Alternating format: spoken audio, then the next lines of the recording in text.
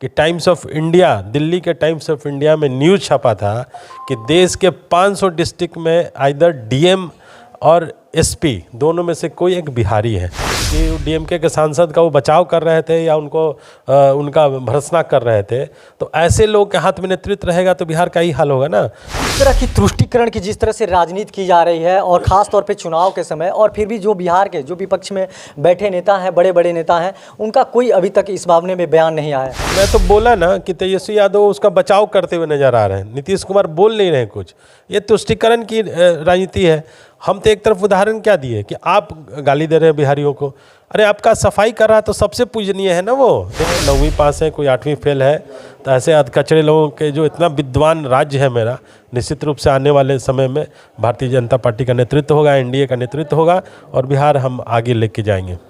नमस्कार, मैं हूं सोनू और आप देख रहे हैं मीडिया दर्शन अखबार का यूट्यूब चैनल। 2024 लोकसभा चुनाव को लेकर बिहार की जो सरगर्मियां हैं तेज हो चुकी है और जिस तरह से डीएमके के सांसद के द्वारा उत्तर प्रदेश और बिहार के मजदूरों पर सवाल खड़े कर दिए गए हैं। साफ तौर पे उनका कहना है कि जो उत्तर प्रदेश और बिहार के लोग हैं टॉयलेट साफ करते हैं। और मेरे साथ देख सकते हैं कि दो पूर्व विधायक हैं बीजेपी के और प्रदेश महामंत्री सीएस राम जी हैं। क्या कहिएगा जिस तरह से डीएमके सांसद के द्वारा जिस तरह से उत्तर प्रदेश और बिहार पर विवादित बयान दिया गया है और साफ तौर पे कहा गया है कि जो उत्तर प्रदेश और बिहार के लोग टॉयलेट साफ करते हैं।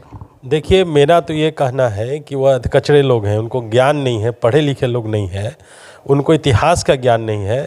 भारत में जो भारत की राजधानी थी पूर्व में, प्राचीन काल में, वो पाटलिपुत्रा थी।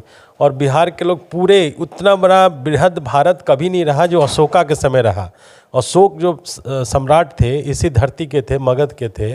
और इतना बड़ा साम्राज्य कभी नहीं हुआ देश की आज़ादी के बाद हो या पहले भी।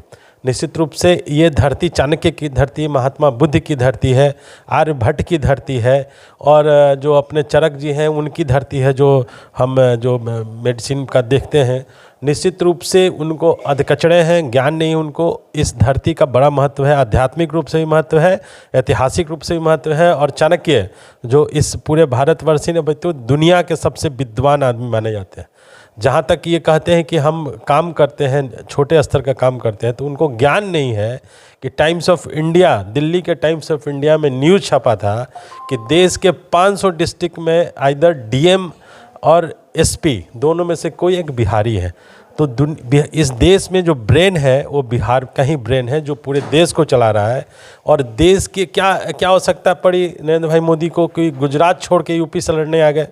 इसका मतलब है कि हम लोग मैंने जो बुद्धिजीवी लोग हैं, निश्चित रूप से जनसंख्या हमारी ज़्यादा है। और इस बिहार प्रदेश में जो पिछले 30 सालों में जो जातीय समीकरण की सरकार लालू जी ने बनाया और नीतीश कुमार बनाया, यहाँ का विकास नहीं करने दिए।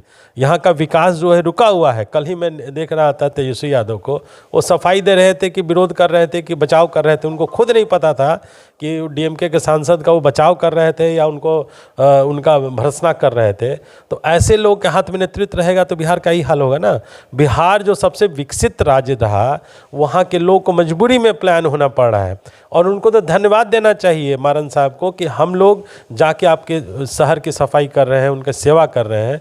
और हमारे देश के प्रधानमंत्री नरेंद्र भाई मोदी जी ने क्या किया, आप देखे होंगे कि महाकुंभ था इलाहाबाद में, तो अपने जो सबसे निचले कर्मचारी थे, जो सफाई कर्मी थे, जो बहुत गंदे शब्दों का प्रयोग मारन साहब कर रहे हैं, उनका पैर धोने का काम किया। हम देखे होंगे काशी विश्वनाथ कॉरिडोर जो बना, जो मजदूर वर्ग के लोग थे उनके साथ ज़मीन में बैठकर भोजन करने का काम किया। तो हमारी विचारधारा ये है, वो उनकी सोच बहुत नीच सोच है, इस तरह से वो बयान दे रहे हैं। इस तरह की तुष्टीकरण की जिस तरह से राजनीति की जा रही है और ख़ास तौर पे चुनाव के समय, और फिर भी जो बिहार के जो विपक्ष में बैठे नेता हैं, बड़े बड़े नेता हैं, उनका कोई अभी तक इस मामले में बयान नहीं आया है। मैं तो बोला ना कि तेजस्वी यादव उसका बचाव करते हुए नजर आ रहे हैं। नीतीश कुमार बोल नहीं रहे कुछ। ये तुष्टीकरण की राजनीति है।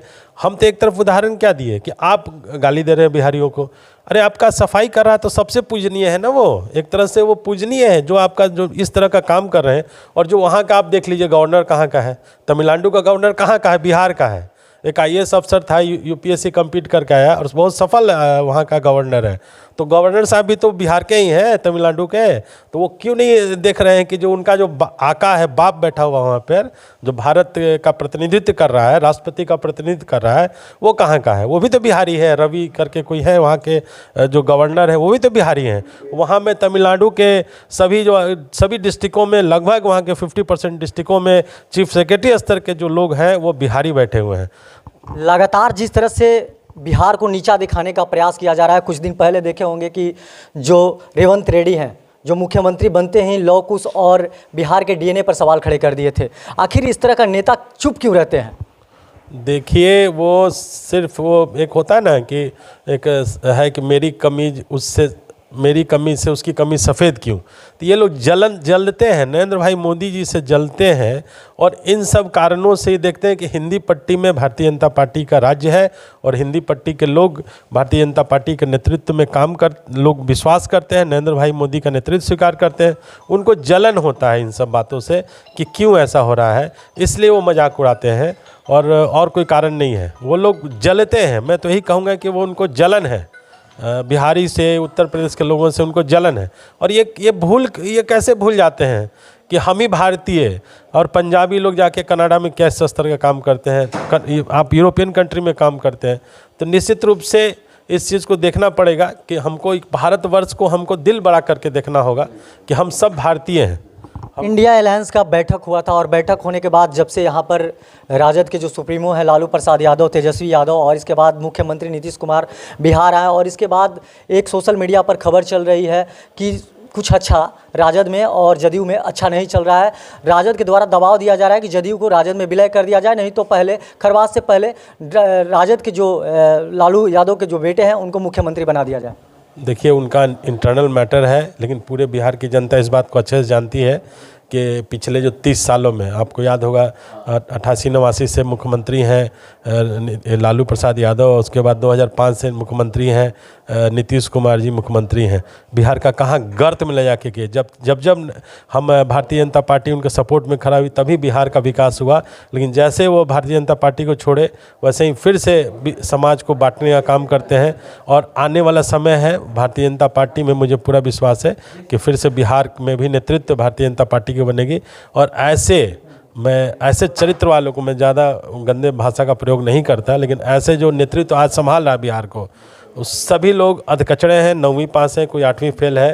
तो ऐसे अधकचरे लोगों के जो इतना विद्वान राज्य है मेरा, निश्चित रूप से आने वाले समय में भारतीय जनता पार्टी का नेतृत्व होगा, एनडीए का नेतृत्व होगा, और बिहार हम आगे लेके जाएंगे। नीतीश कुमार अपने आप को दबाव में महसूस कर रहे हैं, और लगातार जिस तरह से खबर चल रही है, कहा जा रहा है कि फिर एक बार नीतीश कुमार हैं जो बीजेपी में आ सकते हैं। कहाँ तक क्या सच्चाई है?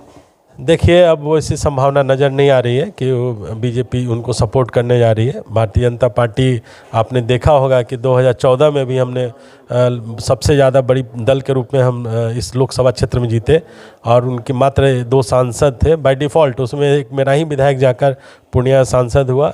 और 2019 में आपने देखा होगा कि 40 में 39 सीट हम जीतने का काम किए थे।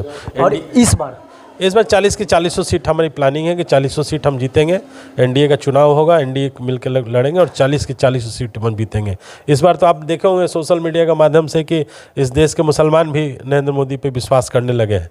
तो निश्चित रूप से किशनगंज का क्षेत्र है, वो भी इस बार हम अच्छा कैंडिडेट देंगे और उसको सीट को भी जीतेंगे।